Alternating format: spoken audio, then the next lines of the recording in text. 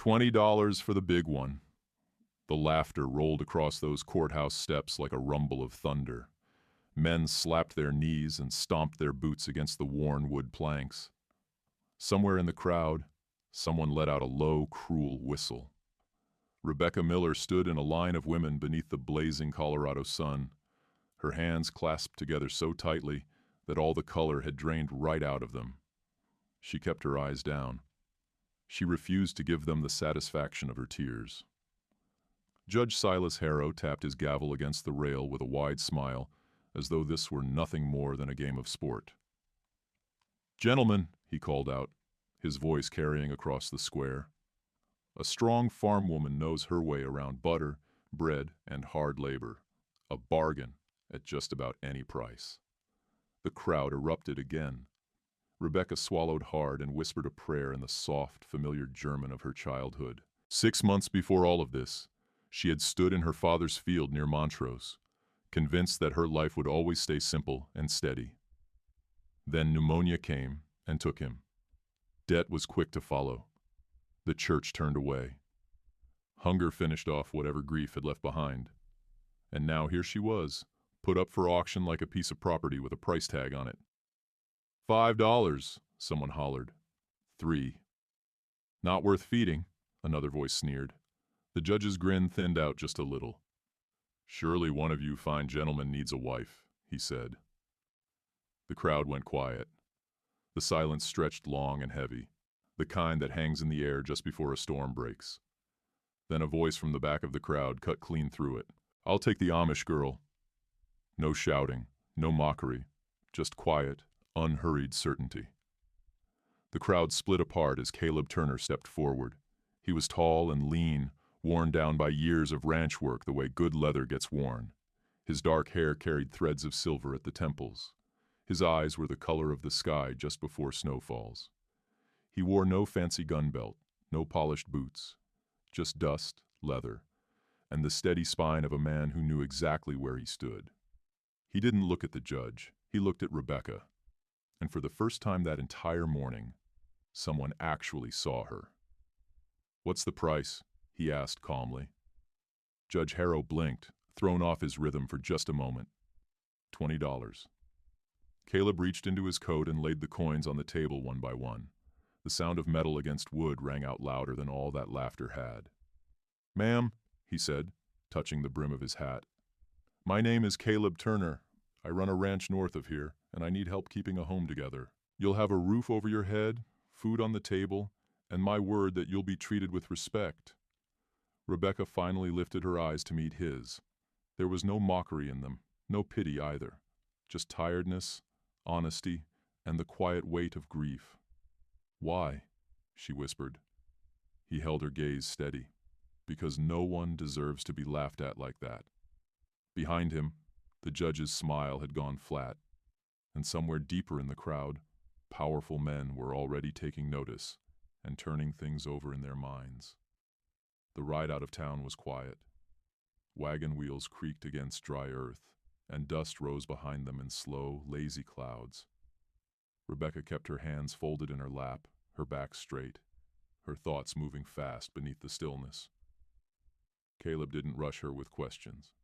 He kept his eyes on the road ahead. After about a mile, he spoke. "If you change your mind before we reach the ranch, I'll turn this wagon right around. Nobody's going to force you to stay." She looked over at him then. "I have nowhere to go back to." He nodded once, as if he had already figured that might be the answer. The mountains rose ahead of them, blue and distant. The valley opened up wide, greener than the flat fields she'd grown up working. It was wild country, beautiful in a way that didn't apologize for also being unforgiving. "You live out here alone?" she asked. "Not exactly." He adjusted the reins in his hands. "My nephew lives with me. His name is Eli. He's 13. Lost his mother 2 years ago." Rebecca felt a small ache settle in at that. "And his father?" "Apache," Caleb said plainly. "Died before Eli was born." She turned that over in silence. A boy of mixed blood in this county wouldn't be walking an easy road. "Does he know about me?" she asked. No, he exhaled quietly. I didn't exactly plan this. They covered the rest of the distance with only the wind for company. When the ranch finally came into view, Rebecca understood why he'd thought to warn her. The house was solid, but it had the look of something long tired. One shutter hung crooked off its hinge.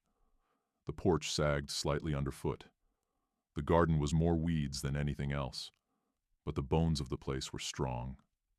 And beyond it stretched a wide valley cradled on all sides by mountains, with sunlight catching a narrow creek that cut through the land like a thread of silver. It needs some work, Caleb said quietly. Every home does, she replied. A boy stepped out from the barn, tall for his age, with black hair falling across sharp green eyes that matched his uncle's. His skin carried a warm bronze tone that spoke of his mother's blood. He stopped short the moment he saw her. "Uncle Caleb," he called out carefully. "Who's that?" Caleb climbed down from the wagon and offered Rebecca a hand. His grip was steady, but there was weight behind it. "This is Miss Rebecca Miller," he said. "We were married in town today." The words landed between all three of them like something dropped. Married. Eli's jaw tightened. "It's practical," Caleb said. "She needs a home, and we need help. That's what this is." Eli looked Rebecca over, suspicion written plainly across his young face. "Can you cook?" he asked, blunt as anything. "Because Uncle Caleb burns the coffee." Despite herself, Rebecca felt the corner of her mouth lift. "Yes," she said softly, "I can cook." The boy studied her a moment longer. Then he gave a single nod. "Good. The stove's stubborn. I'll show you." And just like that, he led her toward the house. Caleb watched them go, and something in his face looked dangerously close to hope. Back in town, Judge Harrow was already pouring whiskey for a railroad lawyer named Victor Hale. They were deep in talk about water rights, and Caleb Turner's name had just entered their plans. The inside of the house smelled of dust and old smoke. Rebecca stepped across the threshold carefully, taking in the worn wooden floors, the stone fireplace dark with ash, the sink piled high with unwashed dishes. Thin, tired beams of sunlight slipped through dirty windows. "It wasn't always like this," Eli said quickly, almost defensively. "Before Aunt Lydia passed, things were different." Rebecca paused. "She kept a garden," the boy added, "and curtains. Uncle Caleb tried for a while after, but grief is heavy," Rebecca finished gently. Eli looked at her sharply, as though surprised she'd said it that plainly. She set her small travel bag by the door and rolled up her sleeves without another word. "Show me where the water pump is." The boy blinked. "You're starting right now?" "Yes." Something shifted in his expression. Not trust yet, but something close to curiosity. Caleb hovered near the doorway, uncertain. "You don't have to do that," he began. "I do," she said softly. "If I'm going to live here." He nodded once and stepped aside. By late afternoon, the kitchen windows were gleaming. The stove burned steady rather than smoking. The dishes soaked in hot water. Rebecca moved through the space with quiet confidence, humming a hymn under her breath. The sound caught Caleb off guard. There hadn't been singing in that house in 3 long years. Eli stood near the table watching her knead dough, flour dusting her capable hands.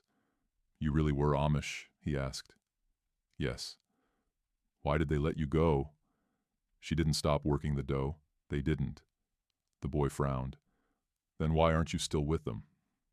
"Because sometimes," she said carefully, "people mistake rules for righteousness." Eli turned that over in his mind.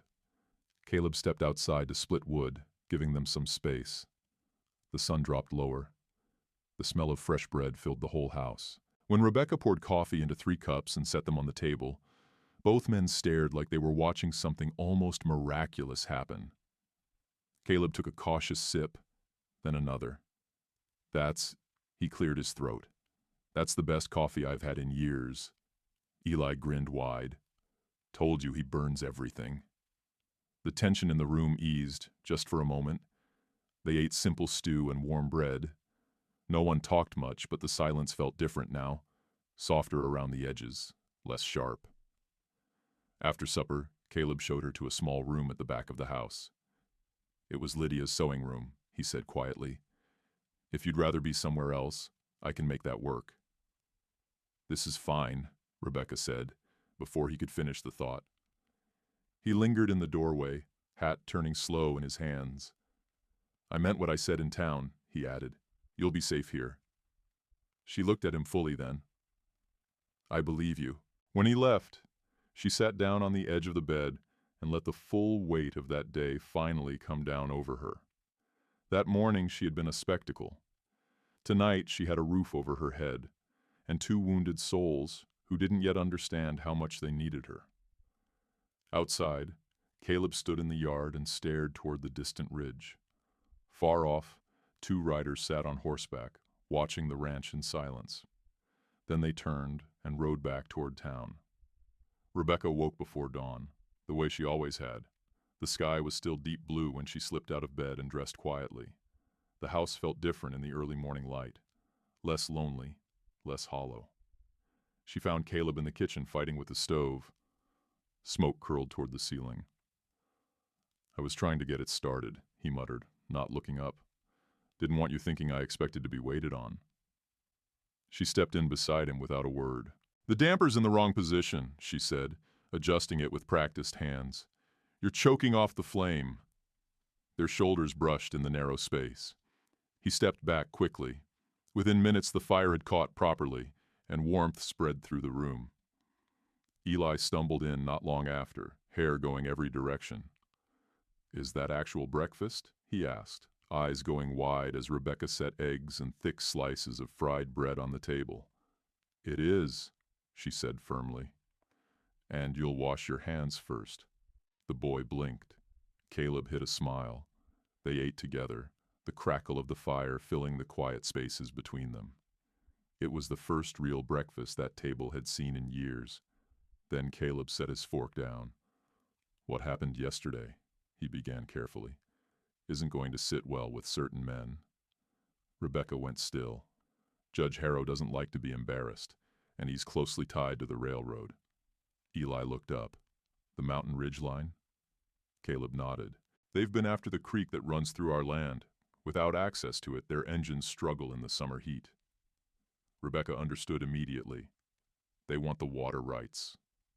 Yes, and buying you the way I did, embarrassing Harrow publicly, in front of the whole town, that was a challenge he won't let stand. Eli glanced between them. So they'll come after us. Caleb met Rebecca's eyes. They might. Silence fell. She could feel something like fear stirring inside her, but she felt something stronger too. Then we face it, she said simply. Caleb studied her, looking for hesitation. I won't think less of you if you decide this is too much, he said. You don't owe us a thing. I owe myself something, she replied. And I won't run again. The firmness in her own voice surprised even her. Later that morning, while Caleb and Eli went to check fences, Rebecca stepped out into the garden. Weeds had choked the soil solid. Dead vines twisted through it like forgotten things. She knelt slowly and began pulling them free, one by one. Sweat gathered at her brow, dirt pressed beneath her fingernails. But with every root she tore loose, she felt herself grow steadier. Halfway down the row, she sensed something and looked up. On the ridge beyond the pasture, two riders sat mounted and motionless, watching the ranch. They didn't wave. They didn't bother to hide. They simply watched. Rebecca rose slowly, heart thumping against her ribs. When Caleb came back at midday, she told him. His jaw tightened. Railroad scouts, he said. Eli's young face hardened. They're measuring things, the boy said quietly. Rebecca glanced back at the house, at the window she had just cleaned, now bright in the afternoon sun. This is our home, she said, with more certainty than she'd felt about anything in a very long time. Caleb looked at her then, not as someone he had rescued, but as someone standing right beside him. They came the following afternoon. 3 riders, Judge Silas Harrow rode in front, his black coat snapping behind him in the wind. At his side sat a thin man with sharp features and polished boots. Victor Hale, legal agent for the Mountain Ridge Railroad. A third man rode silent and heavy, one hand resting near his holster. Rebecca saw them first. She was hanging clean sheets along the line when the dust cloud rose on the road. Her stomach pulled tight. Caleb and Eli were repairing fence down near the lower pasture. She moved toward the house, steady but quick, and waited on the porch.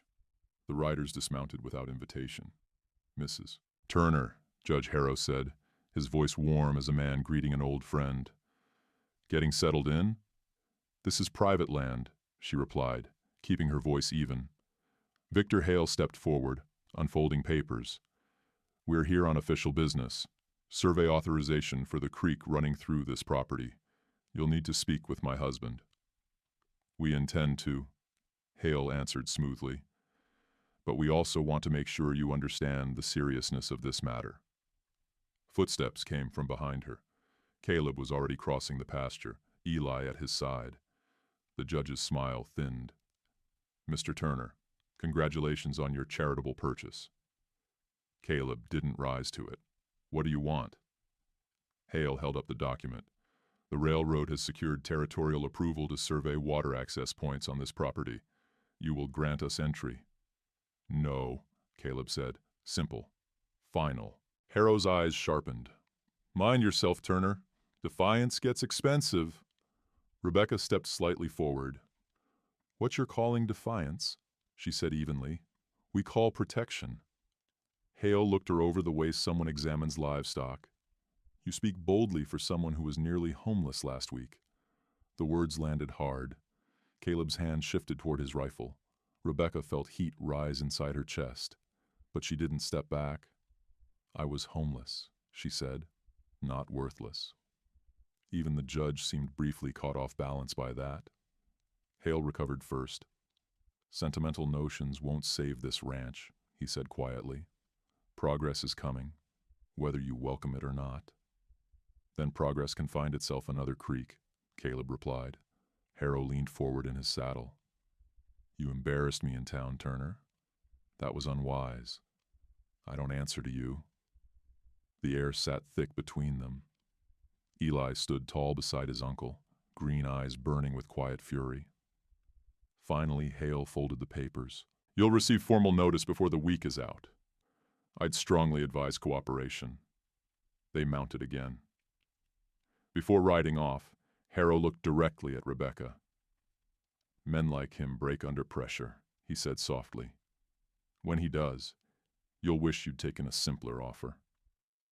Then they were gone, and the dust settled slowly back into the yard.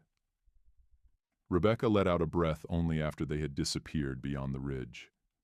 Eli kicked at the dirt. They think we're scared. Caleb's gaze stayed fixed on the horizon. They think we're alone. Rebecca looked from one to the other. We're not, she said. But even as she spoke those words, she knew the real storm had only just begun. The official notice arrived 3 days later, a folded document nailed straight to the gatepost. Eli found it first.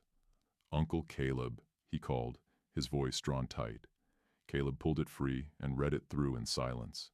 Rebecca watched his face change, not with fear, but with the slow, careful work of calculation. They're claiming our original land filing was never completed, he said at last, saying my father didn't finish the required improvements before he died. That's not true, Eli protested. You finished the fencing yourself. You built the barn. I did, Caleb answered. But the paperwork. He didn't finish the thought. Rebecca stepped closer.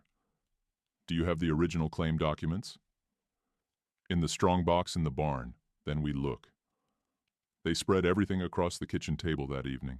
Receipts, survey maps, tax filings, his father's careful handwriting on every page. Rebecca moved through them slowly and methodically, her mind working clearly despite the weight pressing on her chest. There, she said at last, pulling a small slip of paper from behind a folded deed. Caleb leaned in. It was a receipt, Refiled claim, approved by Territorial Registrar Thomas Whitaker, dated 2 weeks after Josiah Turner's death. Caleb stared at it. I never saw this. It was hidden, Rebecca said quietly, almost as though someone meant for it to stay forgotten. Eli's eyes went wide. They destroyed the public record. Caleb's jaw set hard. If Harrow erased it from the county books, we'll need proof from the registrar himself. He passed away 2 years ago, Eli said softly. Rebecca didn't hesitate. Does he have family? A widow? He does, Caleb answered slowly. She lives in Denver now. Then I'll go. Both men looked at her at the same time. No, Caleb said immediately. It's a 3-day ride, she went on calmly. And a woman traveling alone draws far less suspicion than you would. It isn't safe, he insisted. More dangerous than losing the ranch? The silence that followed said everything. Eli looked between them. She's right, the boy said quietly. Caleb closed his eyes for just a moment. When he opened them again, the decision had already settled across his face. I'll ready the wagon. That night, as Rebecca packed food and a spare dress, Caleb came to her room for the first time since she had arrived. He was holding something wrapped in cloth. Lydia's revolver, he said, his voice rough at the edges. She knew exactly how to use it. I have a feeling you do too. Rebecca accepted it with steady hands. I won't let you down, she said. Don't promise that, he replied softly. Just promise you'll come back. Before dawn, she drove out alone, and the mountains swallowed the ranch behind her. On the ridge far above, 2 shadowed riders watched her go. In town, Victor Hale smiled when he heard the news. The road to Denver was long and lonesome. Rebecca drove through narrow mountain passes, where the wind howled like a warning, and across wide stretches of open land, where no tree stood for miles in any direction. She slept beside the wagon with the revolver under her pillow and the horses tied close. Fear walked alongside her the whole way, but so did purpose. On the 4th evening, Denver's lights flickered ahead like distant stars. The city felt enormous after so many months of small towns. Brick buildings, electric lamps, carriages rolling past without a pause. She found Mrs. Eleanor Whitaker in a boarding house near the rail yard. The widow was thin and pale, with sharp eyes that hadn't lost their edge despite the tremor in her hands. You mentioned Judge Harrow, she said quietly when Rebecca had finished explaining. Yes. Mrs. Whitaker's jaw tightened. My husband tried to expose him. Records were going missing, claims being altered, men being ruined. Rebecca leaned in. Did he keep copies? The widow hesitated, then crossed to a trunk beneath the bed. From inside, she drew out a leather-bound ledger. He trusted no one, she whispered. He kept proof of everything. They turned the pages slowly together. And there it was. Josiah Turner's original claim, refiled properly, approved and registered in the registrar's own hand. Rebecca exhaled, her eyes stinging. This will save our home, she said. Mrs. Whitaker's expression softened. Then let it. She paused. Will you testify? Fear moved across the widow's face. He destroyed my husband, and he'll destroy others, Rebecca replied gently. Unless someone stands up. A long silence. Then a nod. Yes. They left before dawn the following morning. But halfway through a narrow canyon 2 days later, hooves thundered behind them. 4 riders, bandanas pulled up over their faces. Rebecca's pulse surged. Keep going, she whispered to the horses, urging them forward. The men closed the gap fast. She pulled the wagon to a stop and rose to her feet, revolver in hand. That's close enough. Laughter bounced off the canyon walls. Look at that, one of them jeered. The auction bride thinks she's dangerous. I don't want to hurt anyone, she said steadily. But I will. The riders began to circle. Then a rifle cracked from somewhere above. 4 against 5 seems a little fairer, came a calm voice from the ridge. Rebecca looked up. Old Samuel Redhawk stood there, rifle perfectly steady. Beside him, 2 younger Apache warriors. The bandits faltered. "This ain't your fight," one muttered. Samuel's eyes never wavered. "The boy Eli is my blood," he answered. "That makes it mine." The riders turned and fled. Rebecca lowered her weapon slowly, her hands shaking only after the danger had passed. Samuel guided them home the rest of the way. When the ranch came into view, Caleb rode out hard to meet them. Relief broke across his face so openly that it took her breath. "You're safe," he said, his voice unsteady. "We're safe," she corrected. But Samuel turned his gaze back toward the horizon behind them, and his expression stayed grave. "This isn't finished," he said. The hearing was set for the following week. Word spread fast across San Miguel County. By the time Caleb, Rebecca, and Eli climbed the courthouse steps, a crowd had already gathered, some of them there for the spectacle, others for something closer to hope. Judge Harrow sat high behind the bench, his face carved from stone. Victor Hale stood at his side, confident as ever. Rebecca felt the weight of every eye in that room, but she did not lower her head this time. Hale presented first, speaking smoothly about missing filings and incomplete improvements and legal technicalities. He laid out county records, carefully altered, neatly stamped. To summarize, he concluded, the Turner claim lacks final validation. The land is subject to reallocation. Murmurs rippled through the room. Caleb's lawyer, a young man named Daniel Ross, rose next. "Your Honor, we're submitting evidence that the claim was properly refiled." Harrow leaned back. "And where exactly is this miraculous evidence?" Rebecca stood. "May I approach?" The judge hesitated, then gave a short nod. She stepped forward and placed the ledger from Mrs. Whitaker on the table. "My husband's claim was refiled and approved," she said clearly, her voice carrying across the whole room. "Here is the registrar's own copy." Hale's smile flickered. Those could be forgeries. "They are not," came a trembling voice from the back of the room. Mrs. Eleanor Whitaker rose from her seat. "I am the widow of Registrar Thomas Whitaker. That ledger is my husband's work. I watched him record that very filing with my own eyes." A hush fell over the room. Harrow's face darkened. "These are unofficial documents. They are legal duplicates under territorial statute," Daniel Ross cut in firmly. Hale rose again, irritation finally cracking through his polished surface. "This is highly irregular." "So is erasing a legitimate filing from the county books," said another voice.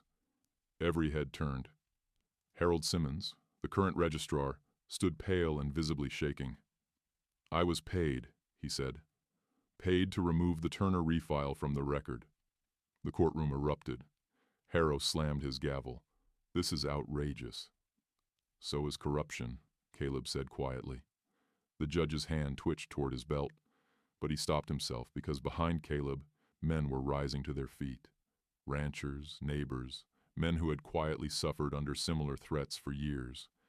And standing among them were Samuel Red Hawk and 2 Apache elders, watching, unmoving, steady as stone.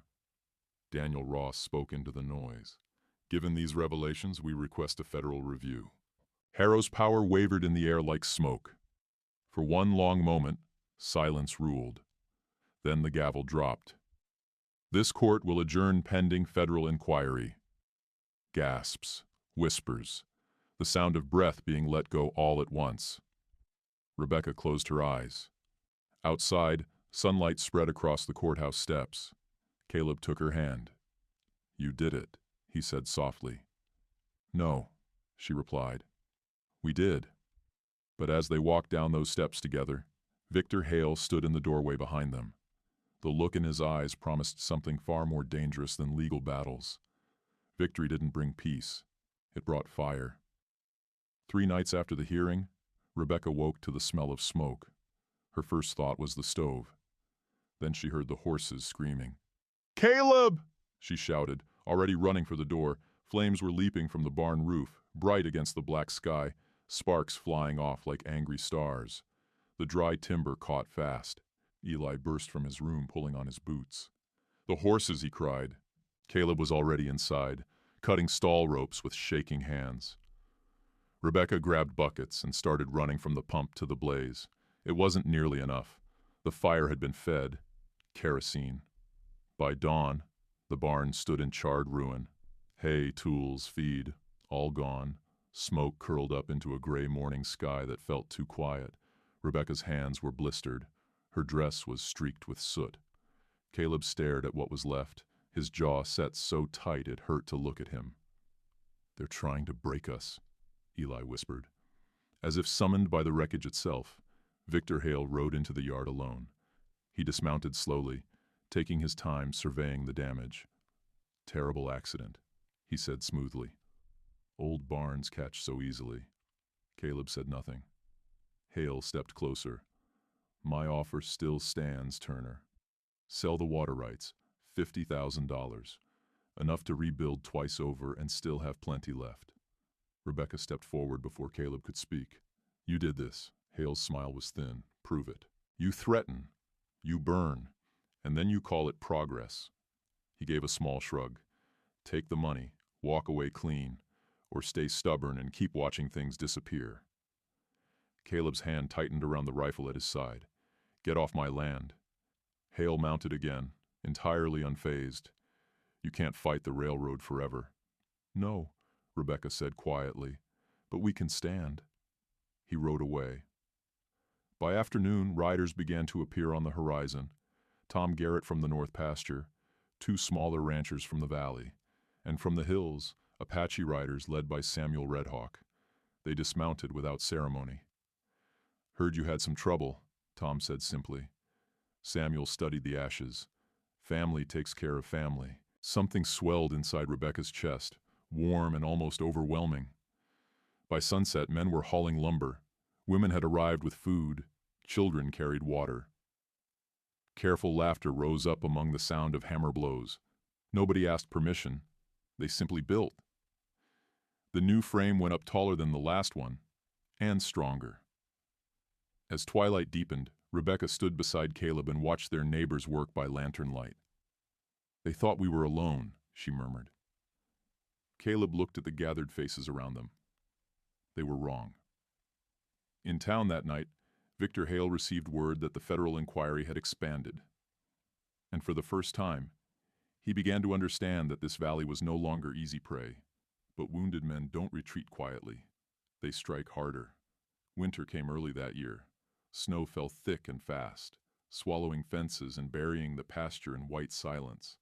The rebuilt barn held strong, but the cattle out in the north field were exposed. When the blizzard hit, it came on like a wall. Wind howled through every crack in the house. Ice pressed against the windows. Rebecca stood at the door watching the storm erase the world outside. "We have to bring them in," Caleb said, already pulling on his coat. "You can barely see 10 feet ahead of you," she said. "If we wait, they'll freeze." Eli stepped forward, jaw set. "I'm coming." "No," Caleb said sharply. "Yes," the boy shot back. "You'll need help." Rebecca looked at both of them. "Then we all go." Caleb turned sharply. "Absolutely not."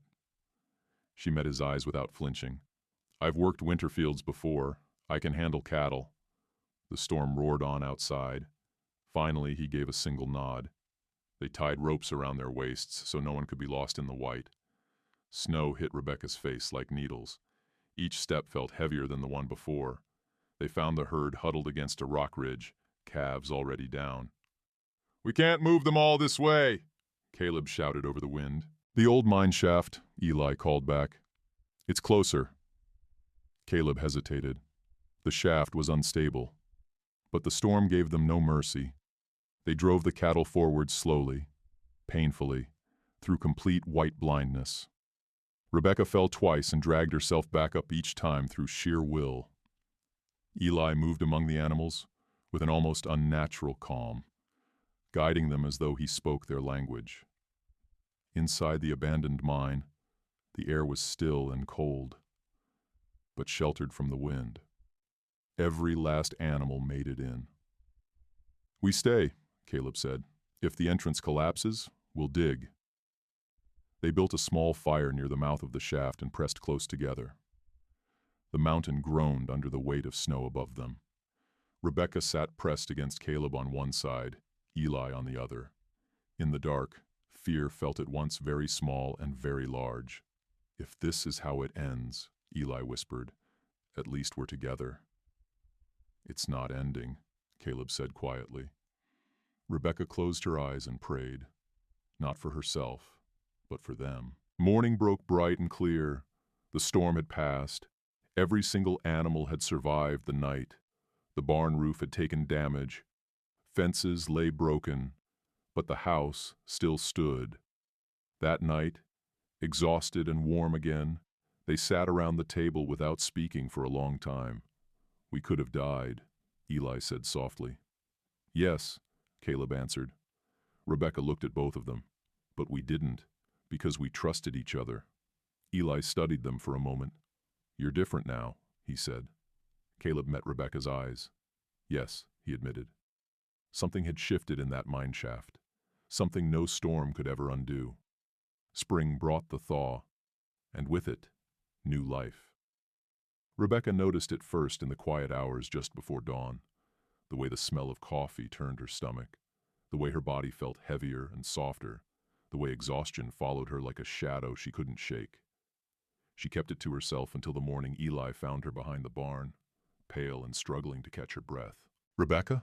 He asked, worry flashing across his face. Are you sick?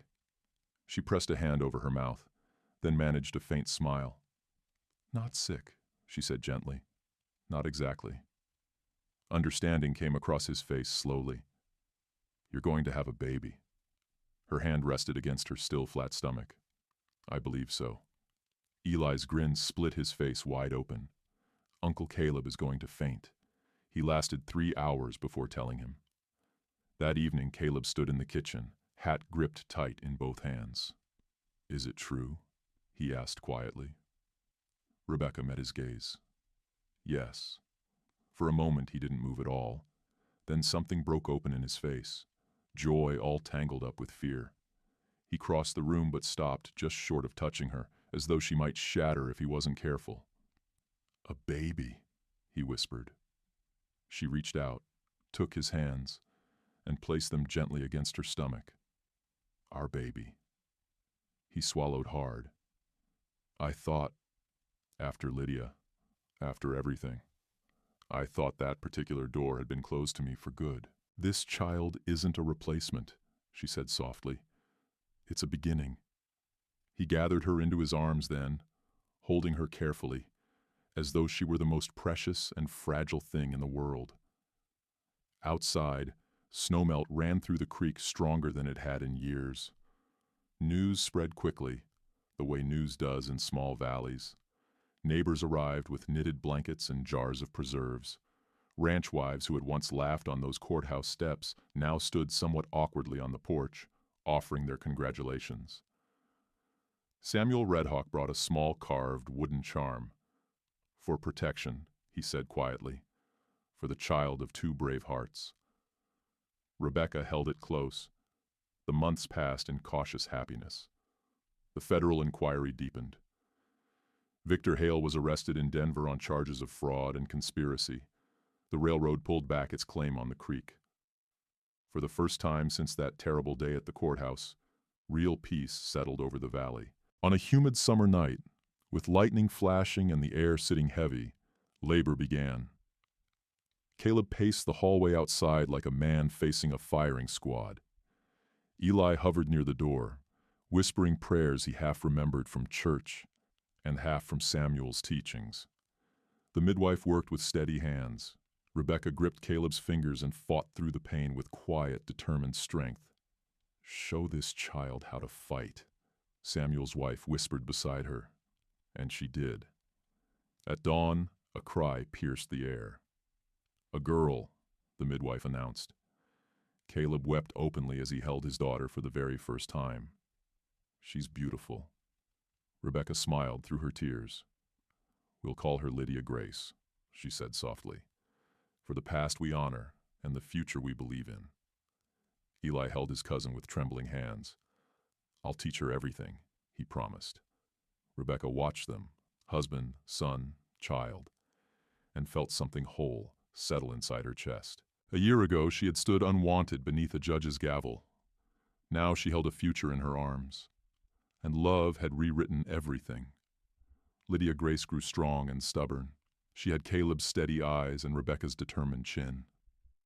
By her first birthday, she was already trying to follow Eli out into the pasture on wobbly but determined legs. The valley had changed around them, too. Where there had once been suspicion between the ranchers and the Apache camp in the hills, there was now trade, shared labor, shared meals, children growing up side by side who didn't see the old lines the way their parents once had. One evening, as golden light settled across the mountains, Rebecca stood on the porch with Lydia in her arms. Caleb came up behind her and rested his hand at her waist. "Do you ever think about that day?" he asked quietly. "The courthouse?" "Yes." She smiled faintly. "I remember the laughter. And I remember thinking I must have lost my mind." She turned to face him, "You didn't lose it. You chose mercy." He shook his head gently. "I chose you." Across the yard, Eli was practicing roping with Tom Garrett's boys. His movements were easy and confident now. He moved between the ranch and the Apache camp like someone who belonged fully to both worlds, which he did. Samuel Redhawk often said the boy would grow into a bridge between peoples. Rebecca believed it without reservation. Later that night, neighbors filled the house for supper. Laughter drifted out through the open windows. Lydia toddled from lap to lap, as though she'd been born straight into community rather than controversy. After the dishes were cleared and stars filled the whole sky, Caleb took Rebecca's hand. "Do you regret it?" he asked softly. "Regret what?" "Becoming my wife, the way it all happened." She was quiet for a moment. She thought about the humiliation, the fear, the long road, the fires, the storm, the courtroom, the birth. She looked around, at the home rebuilt twice over and stronger each time, at the barn standing solid against the moonlight, at Eli laughing near the fence, at Lydia asleep in her cradle. "No," she said at last, "because that was the worst day of my life." He frowned, just slightly, "and it led me straight to the best." Caleb drew her closer. "Funny how that works. Sometimes," she said, resting her head against his chest, "God writes in crooked lines." The wind moved gently through the valley. A year and a half before, she had been a woman priced at $20. Now she was a wife by choice, a mother, a partner in a fight that had changed far more than just one small ranch. She had not been rescued. She had been recognized. And together, they had built something that no judge, no railroad, and no amount of cruel laughter could ever tear down. The valley slept peacefully that night. And inside a small Colorado ranch house, a family that never should have existed rested beneath one roof, bound not by bargain, but by love chosen freely.